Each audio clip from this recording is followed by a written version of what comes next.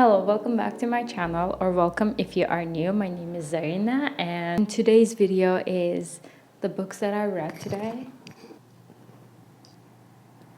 So you may hear some pigeons in the background, but yeah. So we're talking about the books I've read throughout April. I have read 20 books in April. It was possible only because I had 3 weeks off from college. My semester ended in the first week of April, so I had a lot of time.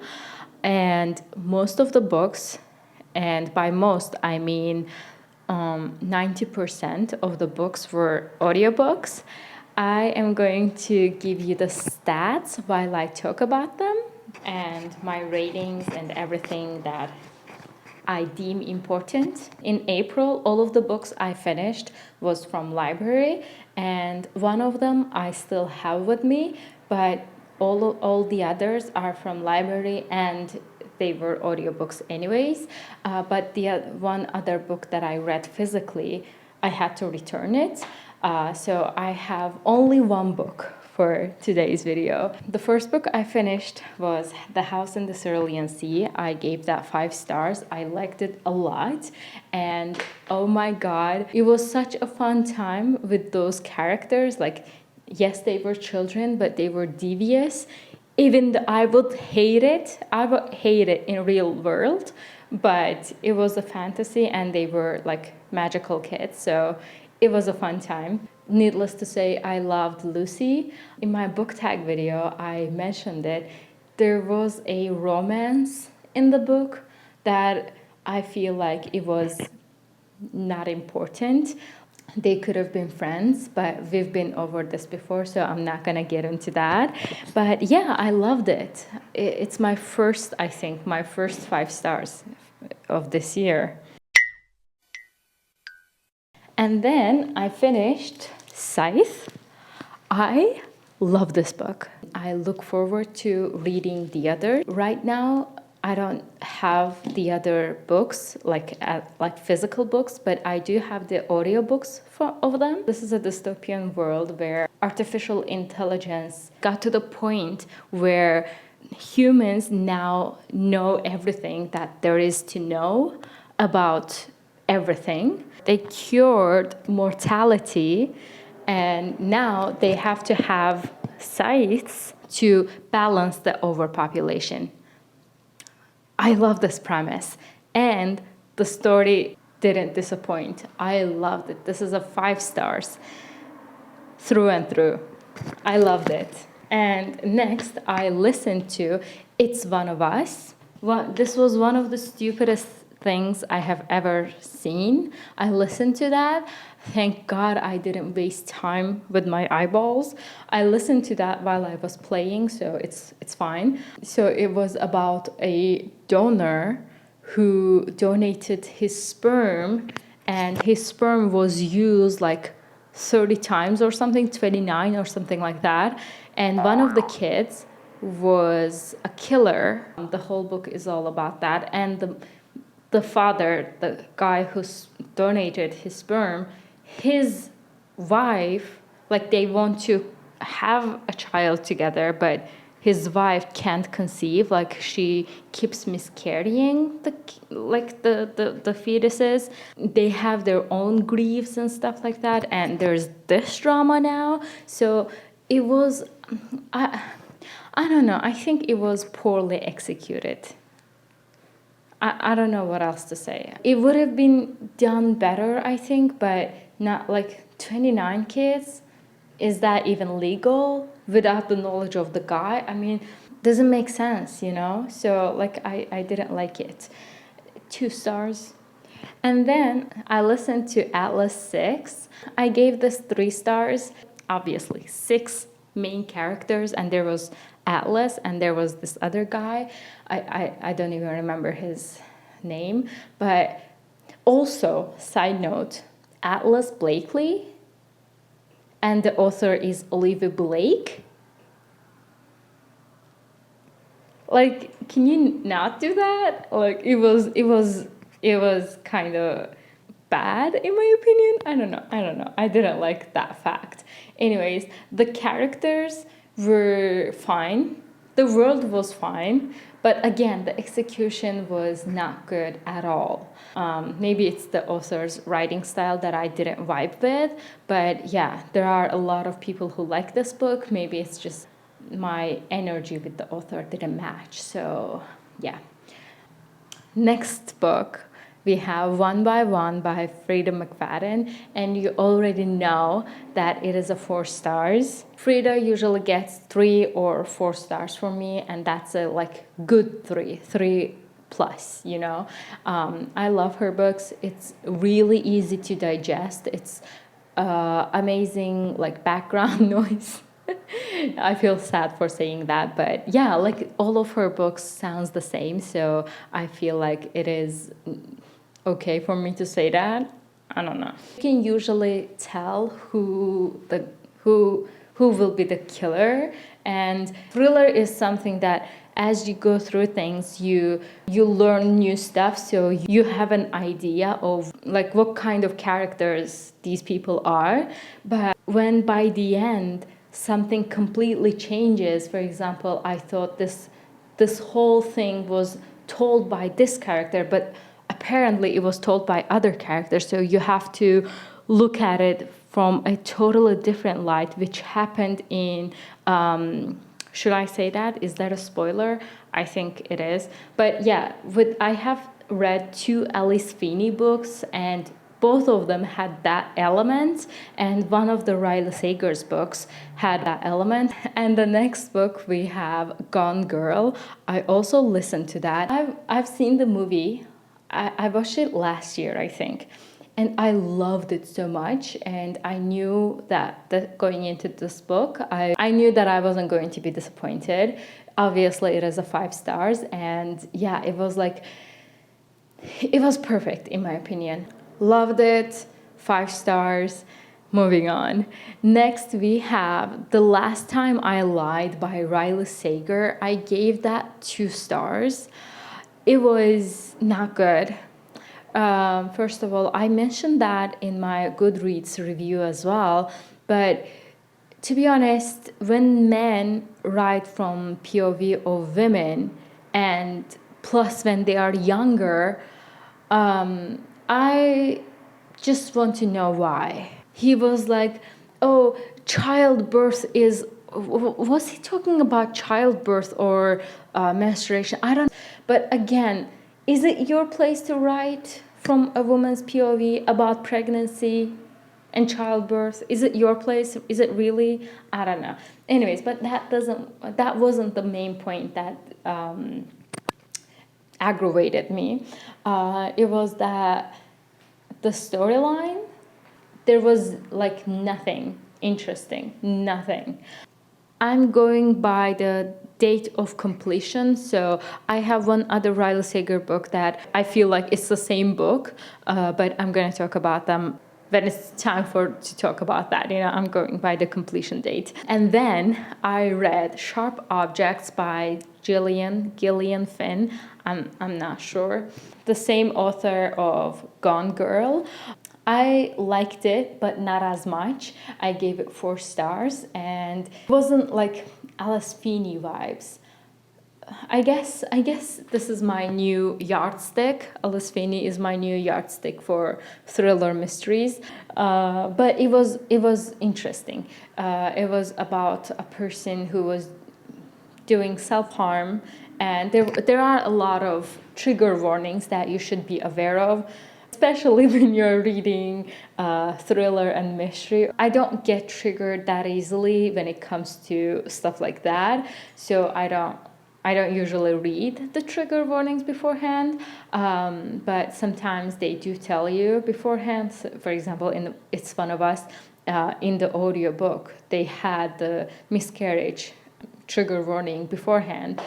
So yeah, you should totally look into the trigger warnings if you get triggered by stuff like gory stuff. Next, we have another Frida McFadden book, which is Ward D, and I gave that 3 stars. I also listened to that. It was fine. It was like a typical Frida McFadden book.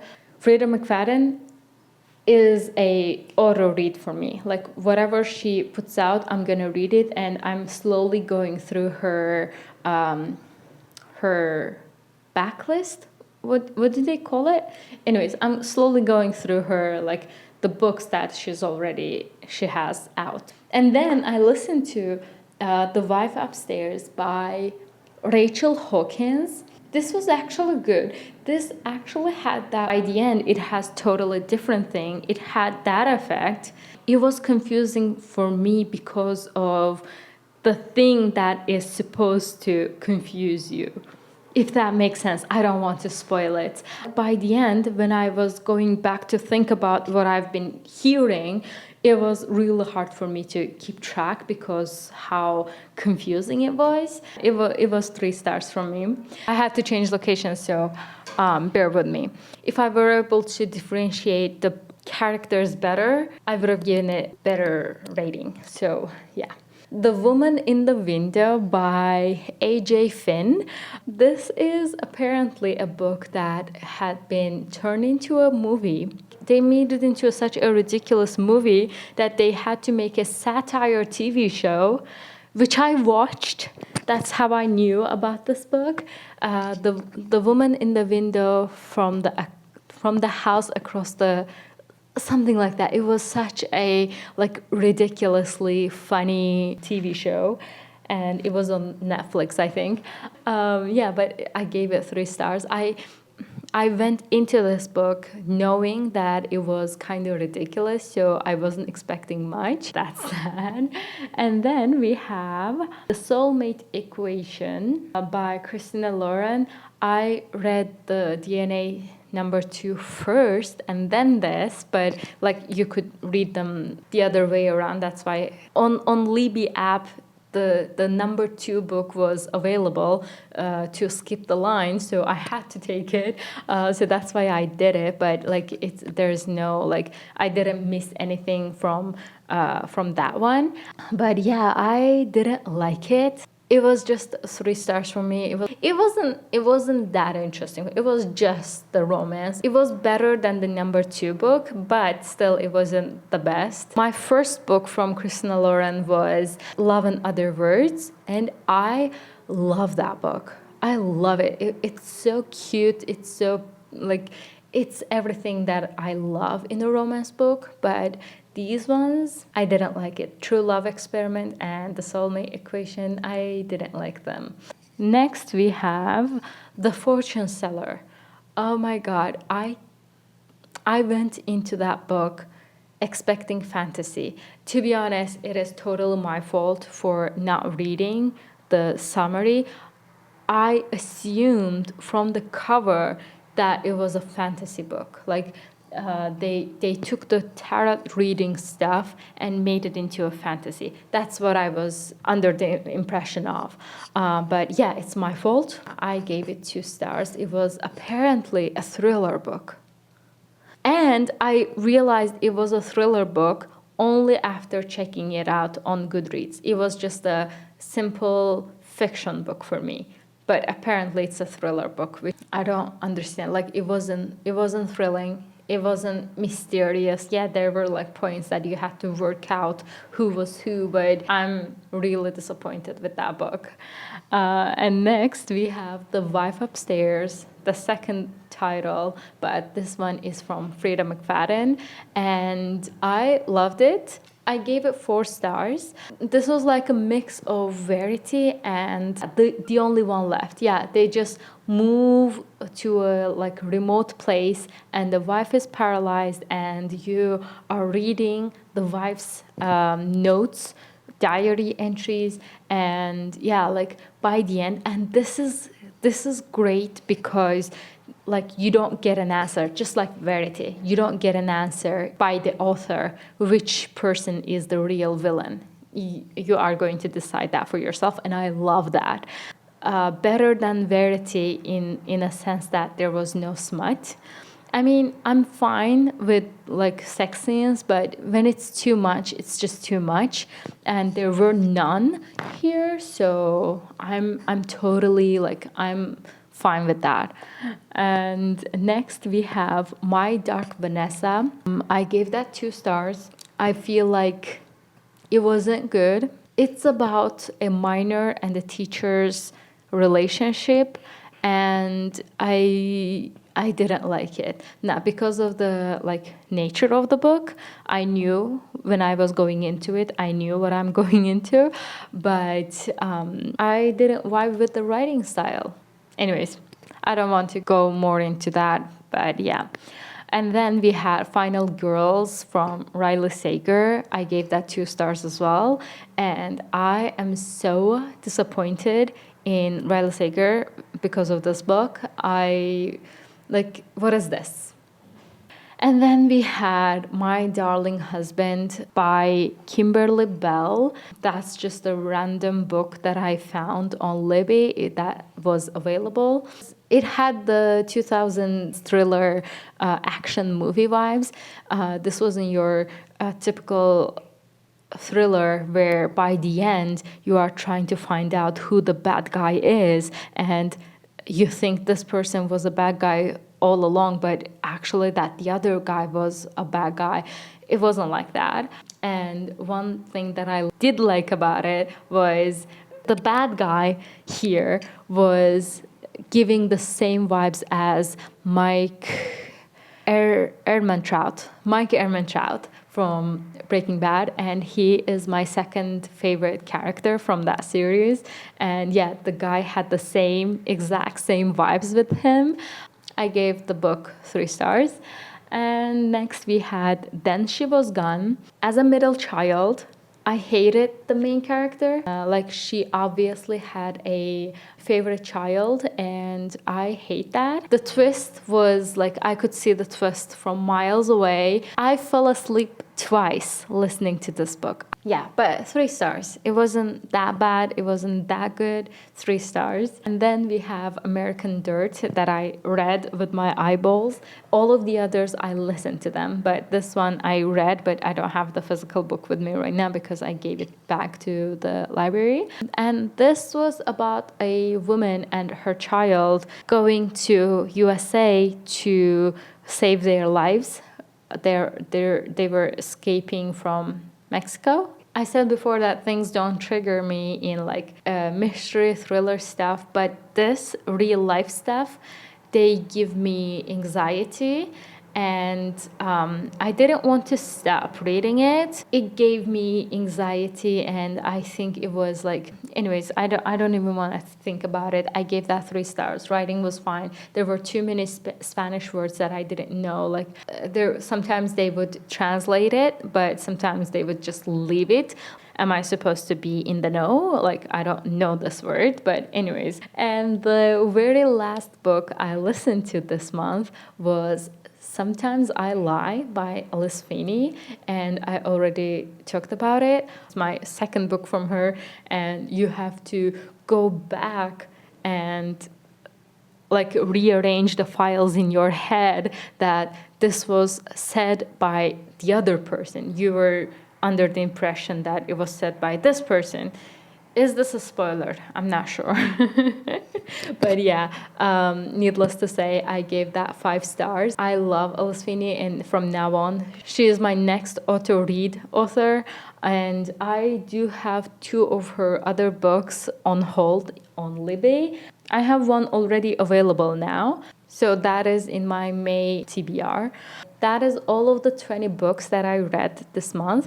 I wanted to do May TBR in this video as well, but I think it's going to be too long, so I'm going to keep it for like another video maybe. Thank you so much for watching. Let me know if you have read any of these books and what you think about them. I will see you in the next video. Bye!